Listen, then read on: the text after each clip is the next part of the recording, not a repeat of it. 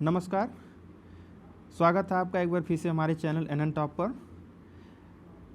हमने अभी कुछ दिन पहले एक वीडियो डाला था कस्तूरी रंगन समिति या नई शिक्षा नीति के बारे में, उसके सारे फीचर्स के बारे में डिस्कस किया था, प्राथमिक शिक्षा से लेकर के उच्च शिक्षा तक। लेकिन इसके एक पहलू पर किसी ने ध्यान नहीं दिया। मैंने सोचा इस पर एक वीडियो बनाया जाए और लोगों के बीच में पहुँचाया जाए कि वर्तमान शिक्षा की स्थिति क्या है भारत में।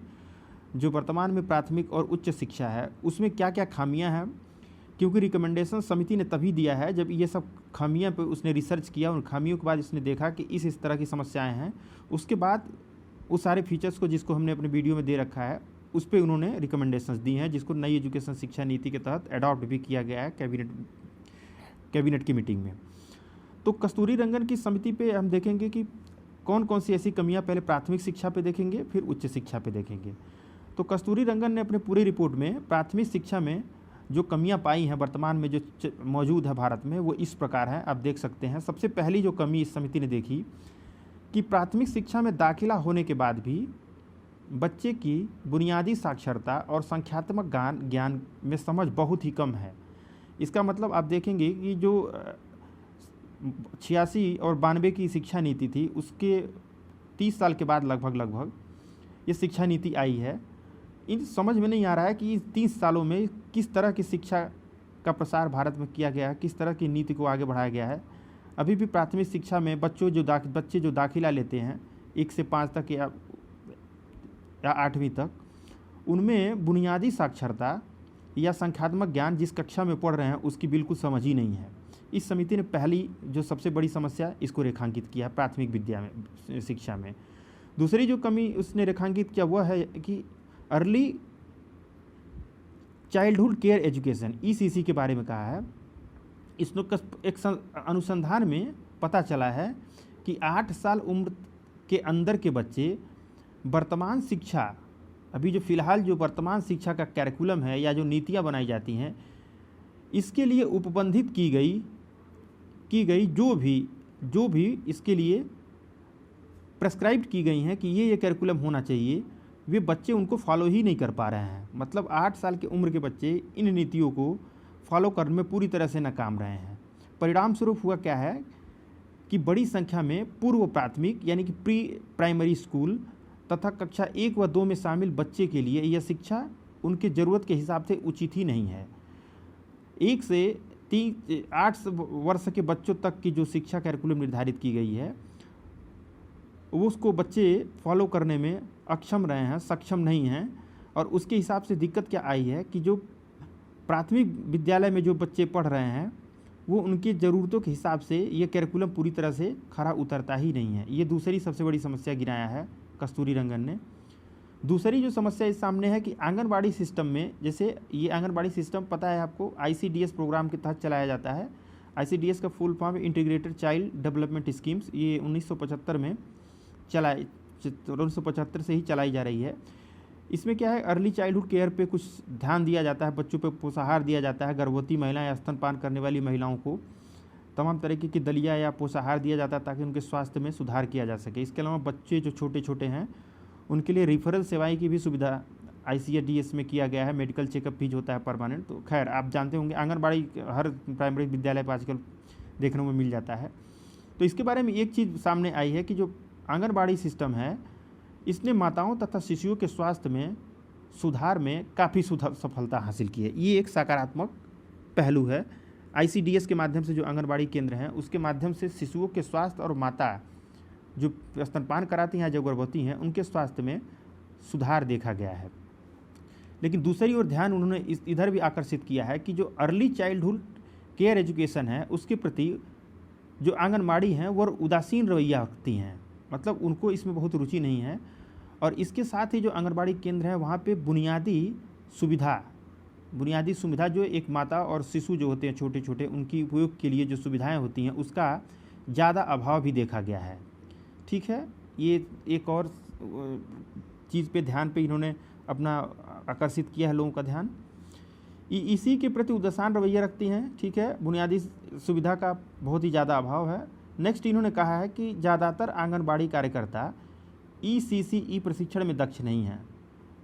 ठीक है, यानी कि early childhood care education system जो बच्चों के लिए होता है, जो 3 से 6 वर्ष के लिए होते हैं, उनके लिए जो ट्रेनिंग होनी चाहिए वो उसमें दक्ष नहीं है।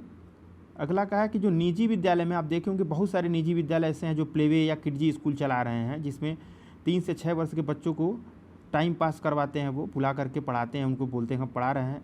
इसमें इन्होंने कहा है, इसका समिति ने, कि ये जो संस्थान जो निजी विद्यालय हैं, ये केवल मेमोराइजेशंस या याद रखने वाली शिक्षा पर ध्यान दे रहे हैं।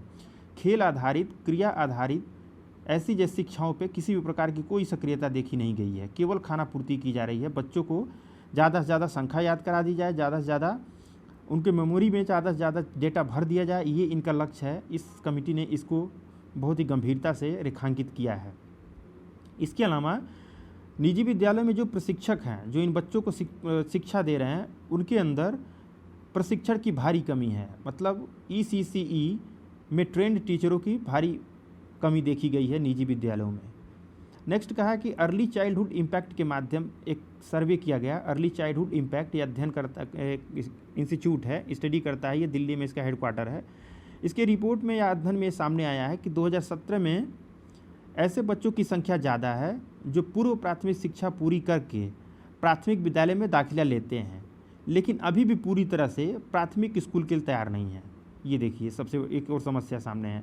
माने कि 2017 में जो स्टडी पाया गया उसमें ये सामने आया कि जो पूर्व प्राथमिक जो ये निजी विद्यालय या आंगनबाड़ी केंद्र से बच्चे जो छोटे छोटे इसमें शिक्षा पाते हैं और फिर वो जब प्राथमिक में दाखिला लेते हैं तो ऐसा पता चलता है कि ये पूरी तरह से उसके लिए तैयार ही नहीं है। तो ये एक और समस्या की तरफ इन्होंने ध्यान आकर्षित किया है।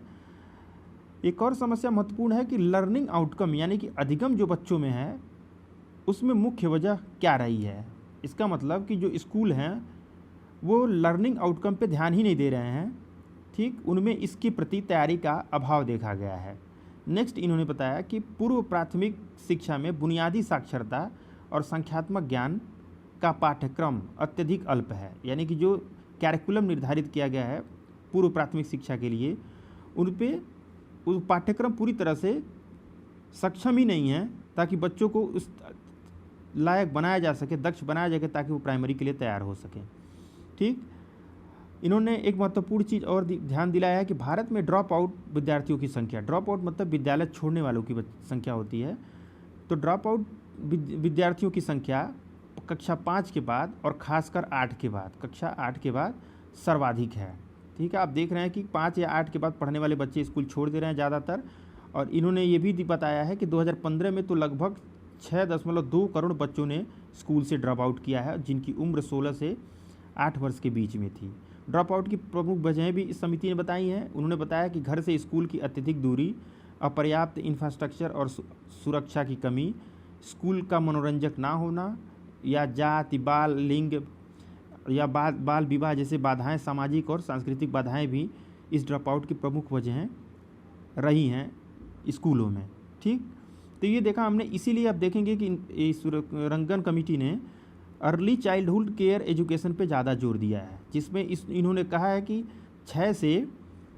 3 से लेकर के जो 8 वर्ष के बच्चे हैं, इसके लिए बुनियादी या आधारभूत चरण माना है और इसके लिए एक व्यापक कार्यक्रम की सलाह दी है। और यह सलाह इन्होंने दी है कि एनसीईआरटी की मदद से एक ऐसा कार्यक्रम या पाठ्यक्रम तैयार किया जाए ताकि इन सब समस्याओं से निजात पा सके।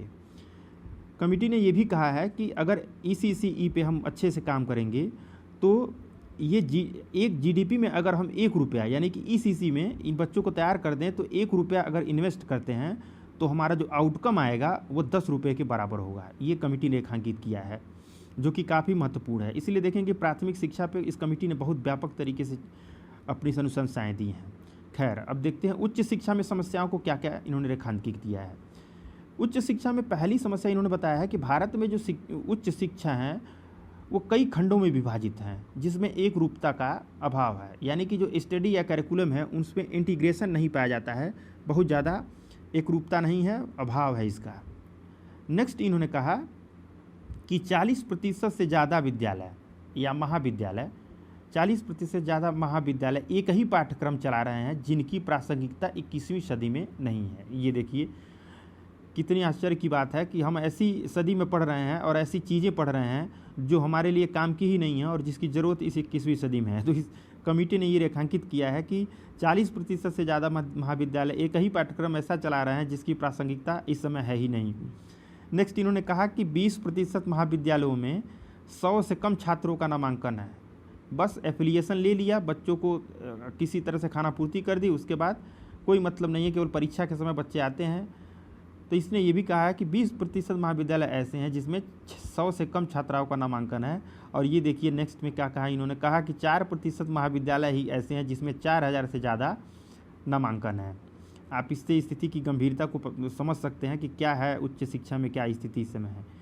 इन्होंने नेक्स्ट कहा कि महाविद्यालयों में जो विषय सूची है उसमें काफ़ी बिखराव है। आप देख सकते हैं कि एक भी महाविद्यालय में कुछ और पढ़ाया जा रहा है, दूसरे महाविद्यालय में कुछ और पढ़ाया जा रहा है। तो इसमें भी यानी कि जो सब्जेक्ट की लिस्ट है उसमें भी बिखराव पाया जाता है। एक चीज़ इसमें बहुत महत्वपूर्ण बताई गई है कि विद्यार्थियों को पहले ही विशेषज्ञता की तरफ धकेल दिया जाता है। इस कमेटी ने इस पर बहुत महत्वपूर्ण रिकमेंडेशन दी है कि बच्चों के अंदर अभी अच्छे से अधिगम नहीं हुआ है, अपने कक्षा के समकक्ष पढ़ाई या जानकारी उनको नहीं है, उसके पहले ही उनको स्पेशलाइजेशन की तरफ ढकेल दिया जा रहा है, विशेषज्ञता की तरफ ढकेल जा रहा है, जो कि एक गंभीर समस्या है।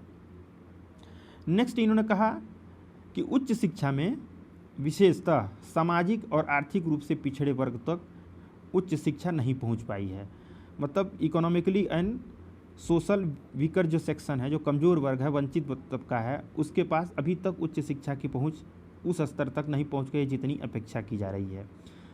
उच्च शिक्षा में ग्लोबल इनरोलमेंट रेशियो या GER जिसको बोला जाता है, वैश्विक नामांकन अनुपात 25% के आसपास है। ये देखिए काफ़ी चिंताजनक है, केवल 25% ही लोग उच्च शिक्षा में नामांकन ले रहे हैं। इन्होंने कमेटी में आपको बताया था कि 2025 तक इसको कम से कम आपको 50% करने की ज़रूरत है, तब भारत अपेक्षित स्तर पर पहुंच पाएगा। ठीक है, तो 25% GER है। और लास्ट में इन्होंने कहा है कि उच्च शिक्षा में महिलाओं की भागीदारी केवल 46.2% है, जबकि कुल श्रम में इनका कितना मात्र 27% ही भागीदारी है। मतलब उच्च शिक्षा में महिलाओं की भागीदारी आधा से भी कम है, और श्रम तो बात ही छोड़ दी, श्रम तो एक तिहाई से भी कम है, यानी 27% ही हो पा रहा है। तो ये कुछ प्रमुख चिंताएं हैं और समस्याएं हैं जिसको कस्तूरी रंगन समिति ने नई शिक्षा नीति को जब रिकमेंडेशंस दिया था तो उसकी तरफ ध्यान आकर्षित किया था। तो इसको भी जानना जरूरी है। ठीक है, यही हमारा मकसद था, आप लोगों को बताएं कि वर्तमान में क्या प्राथमिक और उच्च शिक्षा में कमियां हैं। वीडियो अच्छा लगे तो ज़रूर बताइएगा। धन्यवाद।